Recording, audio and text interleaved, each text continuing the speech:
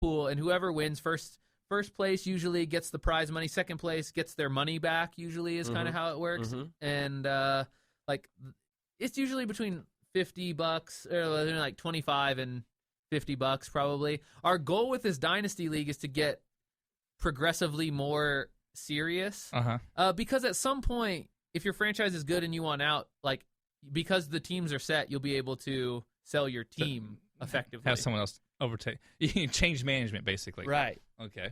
So it's much more interesting. You can trade draft picks this year too, but you can't trade them for futures. So next year, when we're doing the rookie draft, you can trade your future draft picks for a chance to win now. So there's a whole lot more strategy and management. Like a true GM. Okay. And so I could trade next year. I could trade, my first round pick, because let's say I'm going number 1. I trade my first round pick for a second and a third, or 2 seconds for the year and then the year after. And now is this online?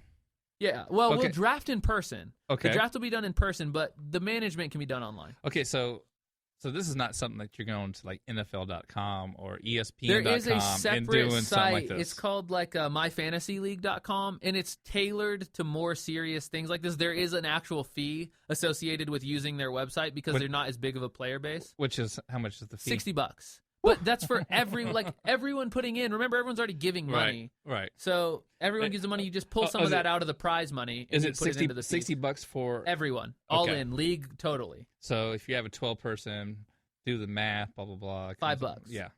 Right. Which isn't that much different in the scope of $50 you're already paying to play the league. Okay. So now, because we can trade future picks, we have it locked up where you have to put in this year's money and next year's money, so that you can't dump your picks to try and win now and then just skate away with the money. Okay.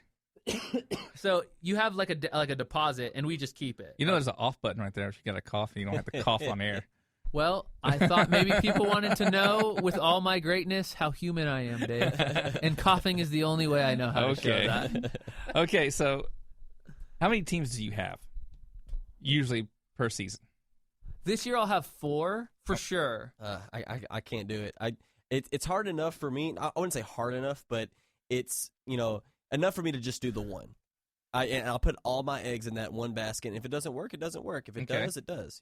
So, when is the ideal time to do it? After the 3rd preseason game. And you already have your team. I do. I did a little bit early. I got a little bit anxious. So are you playing in a league with friends and stuff? Or? I used to. Okay. Up until this year, I did at one of my old jobs. We did a work league together. Okay. But I'm not currently working at that job, so I just went on ESPN and picked a random league and drafted with them. But here's the thing: is now there's probably like 2 of those people who don't end up playing at some point in the year. Very true. And you won't get the full competitive advantage of. And that's the thing too. Football. When it gets later in the year, and let's say your team's only won like 2 games this year, whatever.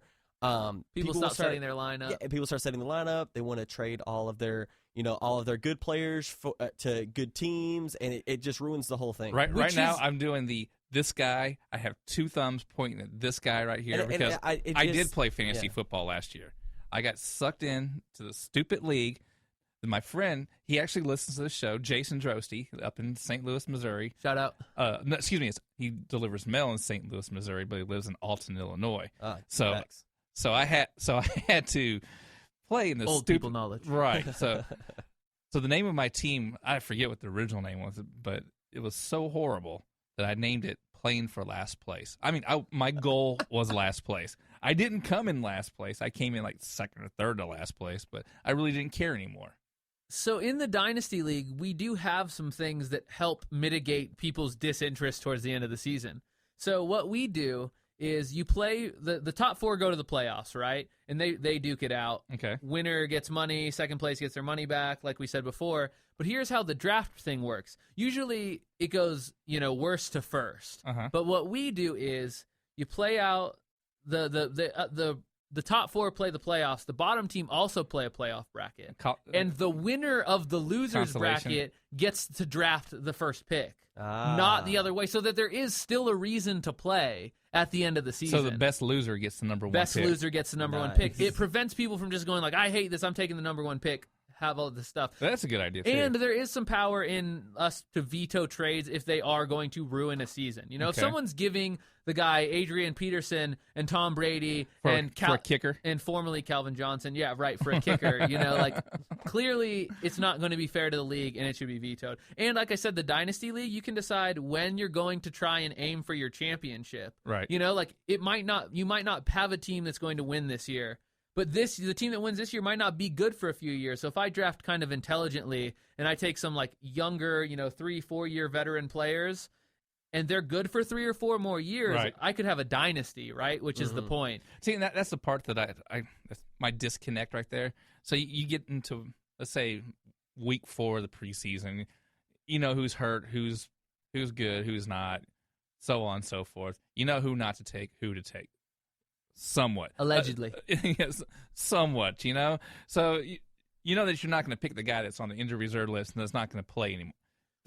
Which Brad might have on his team right now. Because I actually don't. Not right now. Cross my fingers. Don't talk about it. It might happen. So, but anyway, getting into that, that's my disconnect. It's like, I get my number 1, my number 2, my number 3 goes down. I'm like, I'm not going to win anyway. And I'm going to have to go get some scrub that might carry the ball 5-6 times. But here's the thing in the Dynasty League, again, that changes this entirely, is it might be worth, we'd also pick more rounds, like you have a deeper bench because you have to develop players over time, you know, like you have to like see who pans out, who doesn't pan out, so there are more slots. But it might be worth it in the 8th round to take Julio Jones, who gets injured at the beginning of the season. He gets injured at the beginning of the season, you can get him at a value pick and leave him on your bench for the next 2 years. You just got a first-round player. Well, it's kind of like last year with this is because I listened to something else the other day. It was Tevin Campbell at the Atlanta Falcons went down, and Freeman. I think it was the other way around. I thought Devontae Freeman. Tevin Coleman was supposed to be the starter. He got hurt in I think the preseason. Devontae Freeman came on, and I heard he was a monster and just killed it. Yeah, right. So I mean that happens, and that's lucky. There are people who are pretty good at projecting. Like I said, it's not a science. Like anyone who thinks they have it down. But I will tell you, you remember Bobby Lewis? Yeah. He has won 3 out of the last 4 championships in our NT Daily League. Really? And I am the only one North with Texas the other Daily one. League. Yeah. Well, I guess he's won 2 back-to-back, and then I won 1 before that, and then he won the one before that. So your friend Tyler hasn't won at all? Tyler has not won. Okay. Sean hasn't won. Ian hasn't won. I'm trying to think of who else is in the league. Tim hasn't won. Kato? Alex Macon won 1 year, and it was his first year in the league. And he had never played fantasy football, and he is the least sports guy out of all of us. It was incredible. Alex Macon, who used to be with the Dallas Observer. Oh, well, he he's is with now, he's with Dallas, but he was with the Galveston Daily News or Galveston. Yeah. What? So I should know that newspaper because I'm from that area. Shout out to all those guys, and our draft is soon. So, but yeah, no, I guess I get why you don't, but I think I might be able to find some slots in a dynasty league if you guys are willing to put your money where your mouth is. So I mean, how much are we talking? He said $60. $60? I don't know. Actually, so remember I said there's the down $5. payment. It's $60 for the whole league. So. Right. No, but okay. So remember I said there's the down payment. So it's legitimately $40 and then $40 for the next year. Listen, this car salesman go. Hey, I'm just telling you. I'm really gonna have to think about it though. That does sound very interesting. Let me see. And I think our draft might be really soon. I don't know what your guys' weekend looks like. I'm not. I'm not interested. Make me so sad. I maybe we could talk off air. I may be interested. All right, we'll talk about it. Let's see other things interesting. Fantasy football. I don't really have I'm not a diehard fan of any team, and it might actually be because of fantasy football. I can easily and that's actually why I think I do better than a lot of people because I know Cowboys fans who just take Cowboys, and I'm like, you're an idiot. See, I don't do that. I don't do that. If there's a good player there, I'll take the good player over the Cowboy player. But if the Cowboy player's within one or two slots, I might think about taking him. Yeah, and I have no loyalty there. Like I will take best available, like my best chance at winning a championship because I play for money. I do that about 99% of the time. About 99% of the time. So when it's scrolling, because I've seen the ESPN, the motherships, which is probably the best one. Just for like the basics, ESPN's probably the best in my opinion. What about the NFL's? I've done that one. I've never done it. I've done that one once, and I would say it's a little bit more. The draft is a little bit more difficult to maneuver, and like on ESPN you can set your queue to where like you have like certain guys that you're targeting. Right. NFL you can't really do that. What about Yahoo?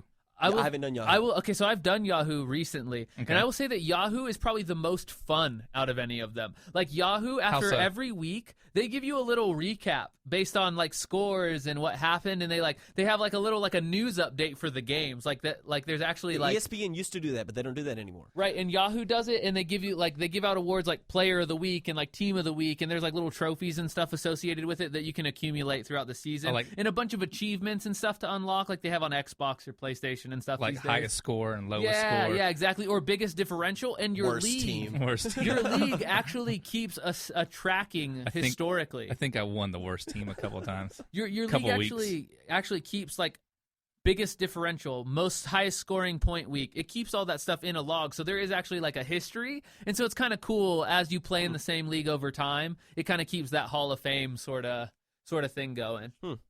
Well, folks, I think this is going to go ahead and we'll go ahead and put a bow on this thing. It's looking pretty darn good, right? Wrap it up. Let's wrap it up. Now, always wrap it up. Always if we're in Brazil, let's wrap it up now. Oh, yes, the horrible reference. Okay, hey, this is my goal, okay? And I haven't really talked about it, but I would like to do this twice a week, okay? I know our schedules are a little different, but we're in a new studio. We have Brad. We have a board where I'm not running the board anymore. We have Brad running the board. Ryan over here with his feet up, just chilling with the skinny jeans on. These aren't skinny jeans. These are boot cut. Those are boot cut. Okay, and I'm over here with my cargo pants on. So we're gonna try our purse for men. Exactly. We're gonna try to get in the studio twice a week. Let's nail down doing this once a week. We were on a two-month hiatus or so. But guess what? We sounded great tonight. I agree with you, and I'm sure the listener base does too. As long as Brad hit record over there, we're doing okay. Yeah, it's still going. To my knowledge, it's still going. Okay. All I'm saying is let's deliver content once a week and make sure people are listening to it. So, all right. So.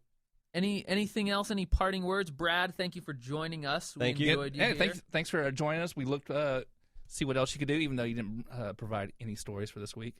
Oh well, you really missed the budget meeting. I submitted mine last minute per usual, and Dave coming in early, and well done.